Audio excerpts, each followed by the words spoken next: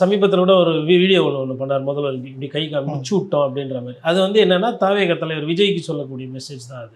ஏன்னா அதிமுக வந்து அவங்க குறைத்து மதிப்பிடவும் மாட்டாங்க. ஏன்னா அதிமுகவில் நிறைய வாட்டி தோல்வியை பெற்ற கட்சி தான் திமுக. அதேமாதிரி திமுகவிலையும் அதிமுக நிறைய வாட்டி தோல்வியை பெற்ற கட்சி தான் அதிமுக.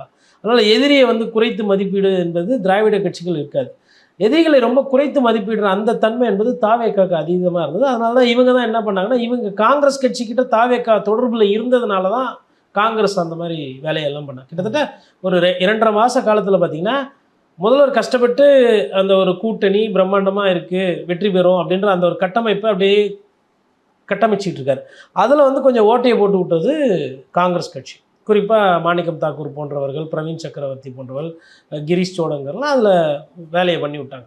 கடைசியில் அவங்களுக்கு கூட்டி கழிச்சு பார்த்தது என்னென்னா ஒரு 3 சீட்டு. இந்த 3 சீட்டை பேட்டியெல்லாம் கொடுக்காம, ட்ராமாலாம் பண்ணாமல், நான் வீழ்வேன் என்று நினைத்தாயோ, அது பண்ணுவாயோ, மரியாதை கொடுக்க மாட்டாயா அப்படின்னு இப்படியெல்லாம் போட்டதுக்கு பதிலாக வீட்லேயே போய் உட்காந்து இவங்களே வந்து நீங்கள் எங்களுக்கு ஒரு 5 சீட்டு கூட கொடுத்தா தான் நாங்கள் வீட்டுக்கு போவோம், இல்லை நாங்கள் போக மாட்டோம் அப்படின்னு நான் வீட்லேயே போய் உட்காந்துருக்கலாம். இல்லை அன்னாரி வாலத்தில் நாங்கள் உள்ளிருப்பு போராட்டம் பண்ணுவோம், யாருன்னா வெளில கேட்டால் தொடர்ந்து பேசிகிட்டே இருக்கோம், ராப்பகலாக பேசிகிட்டு இப்படி கூட பண்ணியிருக்கலாம்.